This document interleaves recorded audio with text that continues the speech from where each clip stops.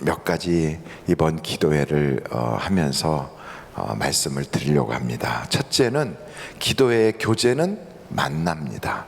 만나로 기도회를 합니다. 그러나 만나로만 하지 않고 만나와 덧붙여서 또 다른 말씀을 같이 해나가도록 할 것입니다.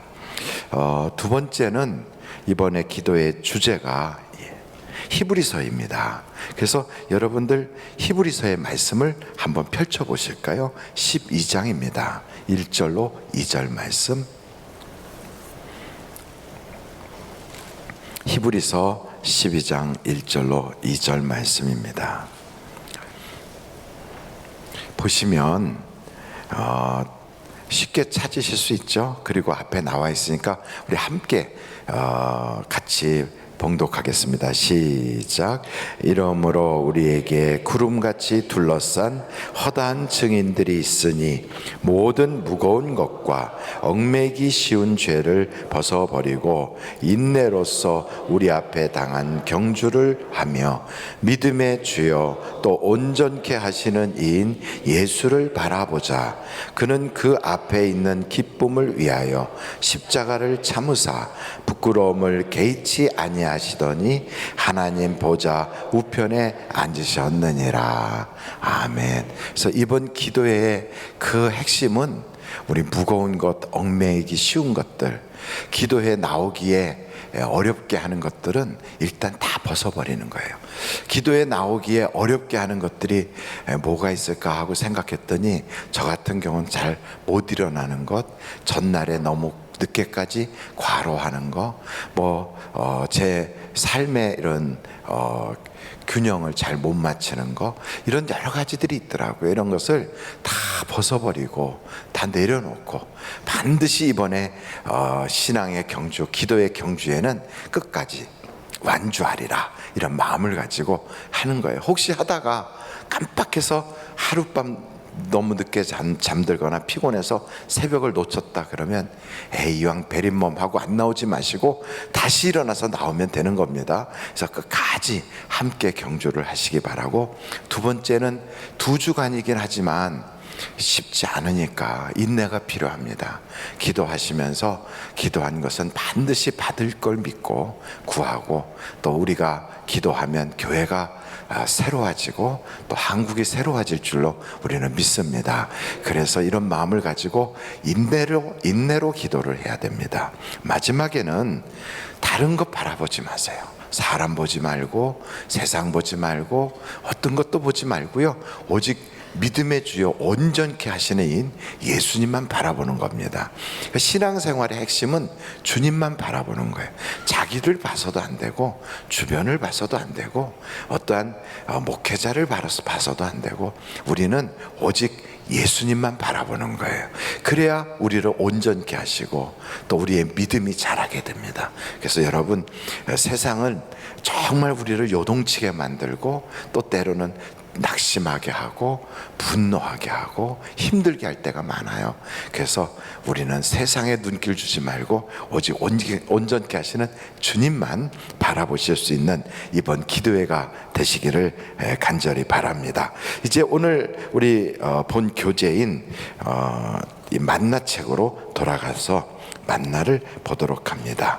역대상 29장 1절로 30절까지이지만 만나책에는 14절까지 나와 있습니다. 그래서 제가 14절까지 속독하도록 할 테니까 여러분들이 눈으로 따라와 주시기를 바랍니다.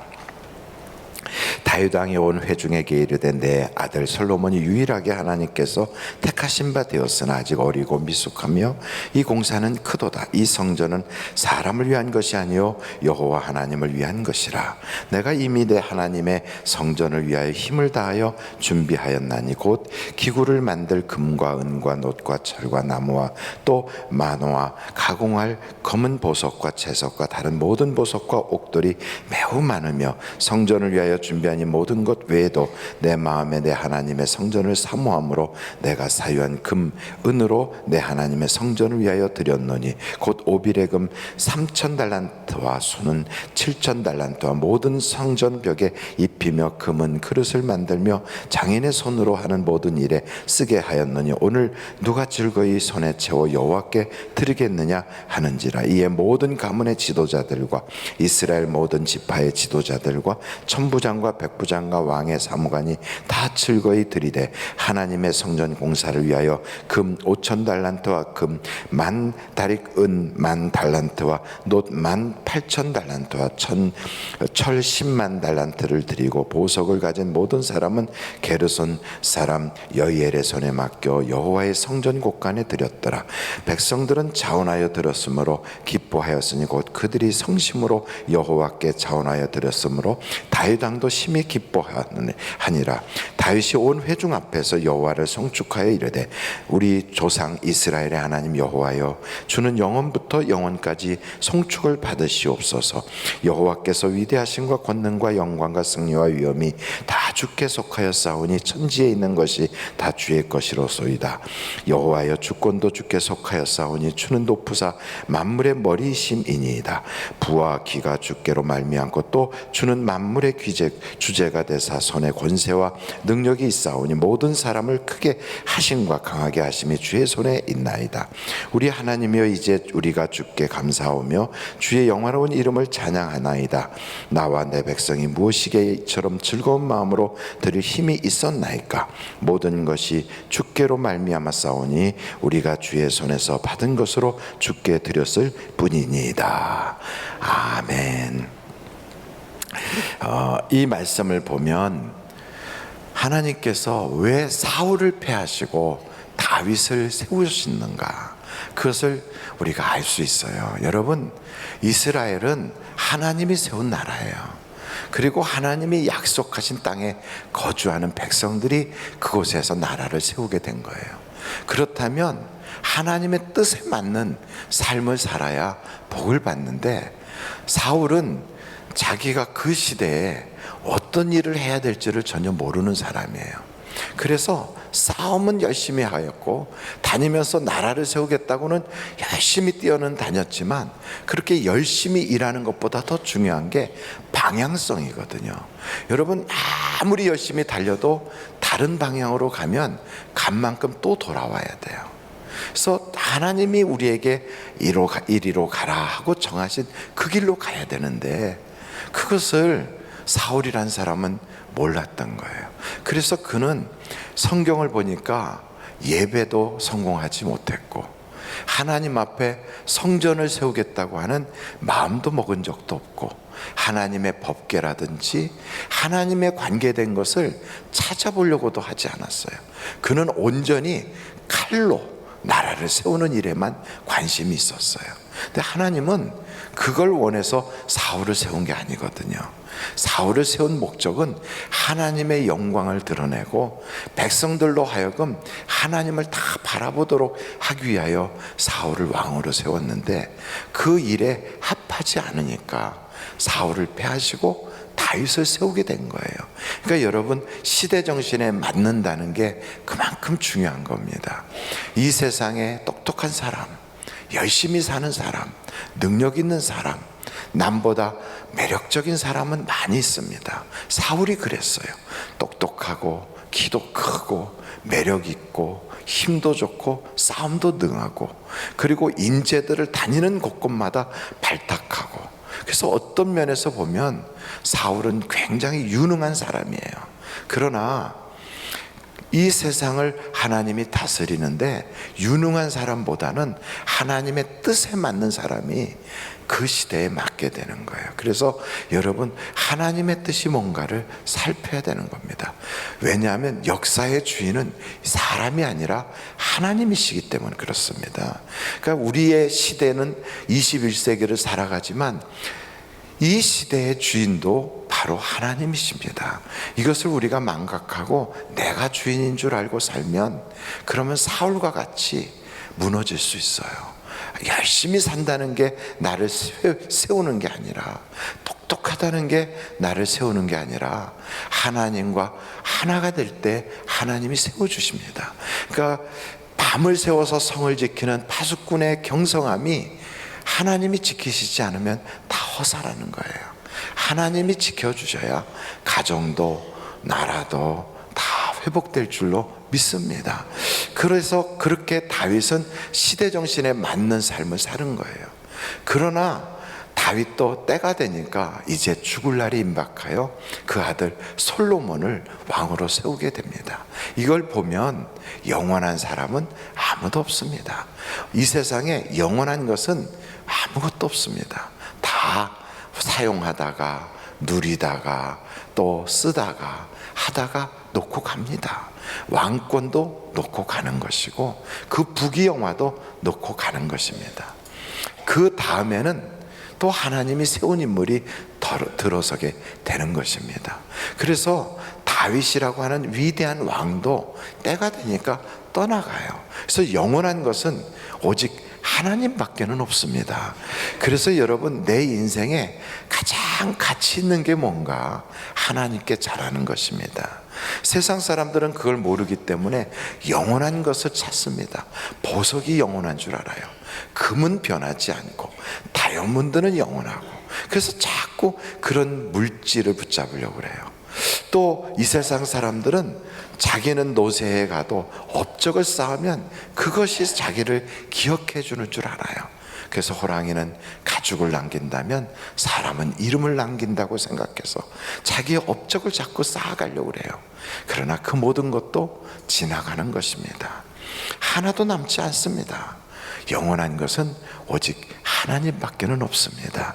그러므로 우리가 하나님께 기쁨이 되고 하나님을 위하여 하는 것만이 하나님으로부터 평가받게 되어 있습니다. 그래서 우리의 삶의 방향성을 세상으로 향하던 마음, 내가 뭔가를 하겠다는 마음을 다 내려놓고 어떻게 하면 하나님을 기쁘시게 할까? 어떻게 하면 하나님으로부터 잘했다고 칭찬받을까? 이런 마음을 가지고 그 하나님을 향하여 나아갈 수 있기를 바랍니다. 이 말씀을 보다 보면 하나님께 그렇게 시대정신에 맞았던 다윗을 하나님이 어떻게 이끌어 주셨는가? 여러분, 만나책 거기에 80면을 보면 하나님이 다윗에게 세 가지로 다윗이 받도록 해주셨어요. 그러니까 여러분, 하나님 앞에 다윗처럼 자기는 유한한 인생이라 하나님이 주셨던 보물도 금도 은도 다 이게 하나님 것입니다. 그리고 하나님을 기쁘시게 하려고 성전을 위하여 그걸 다 내어놨던 그 다윗, 사울이란 사람은 그런 면이 없거든요. 이런 다윗의 모습을 보시면서 하나님이 다윗에게 세 가지를 주셨는데 그 첫째가 다윗을 보호하셨어요. 아무리 원수들이 득세를 하고 그를 죽이려는 자가 그렇게 많았어도 다윗은 80이 되도록 편안하게, 전쟁에서 죽은 게 아니고 또 세상에 병이 들어 죽은 게 아니라 때가 되어 하나님이 그를 옮기신 거예요. 그것을 보면 다윗은 하나님이 보호해 주셨다. 저는 우리 하늘비전교회 모든 성도들과 우리 이 나라를 하나님이 보호해 주시기를 간절히 바랍니다. 두 번째는 다윗을 하나님이 존귀하게 해주셨어요. 그래서 그는 살면서 정말 멸시천대도 많이 받고 가족 간에 친척 간에 어려움을 많이 겪었어도요, 원수는 많았어도요, 하나님이 그를 존귀하게 하니까 다윗의 그 명성을 누가 훼손할 수가 없는 거예요.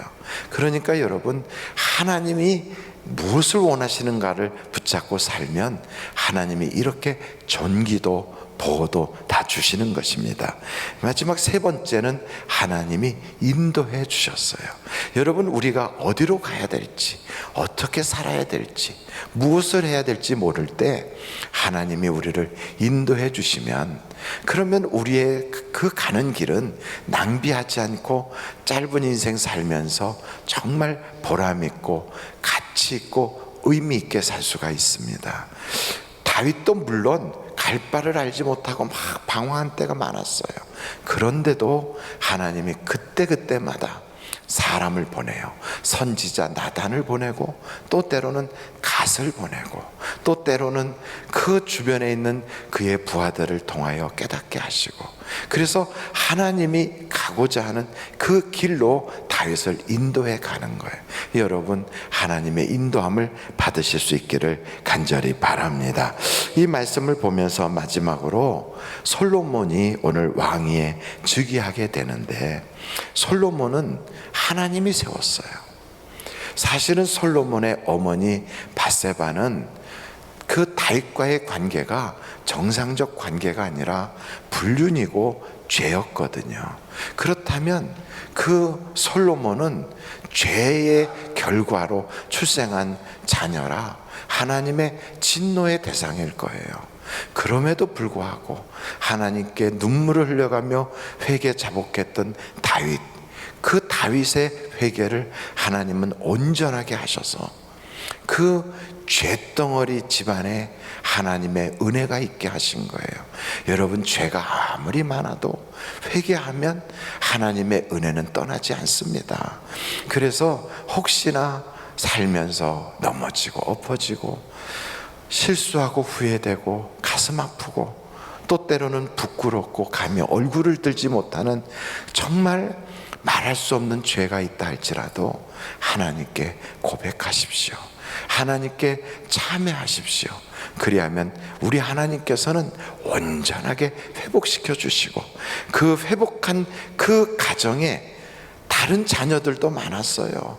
맏아들 암논도 있었고, 정말 똑똑한 압살롬도 있었고, 왕이 되고 싶어서 정말 막 마음으로 불탔던 아도니아도 있었어요. 그런데 이런 사람들을 다 제치고 연약한 솔로몬, 나이 어린 솔로몬, 그 어머니가 세상에 부끄러워 이름도 말할 수 없는 그런 집안의 아들이 그 하나님의 대업을 이어받는 그런 왕이 된 거예요. 이것은 하나님이 세우셨고, 하나님이 너는 내 아들이라 하고 하나님이 솔로몬에게 하실 일을 맡겨주신 겁니다.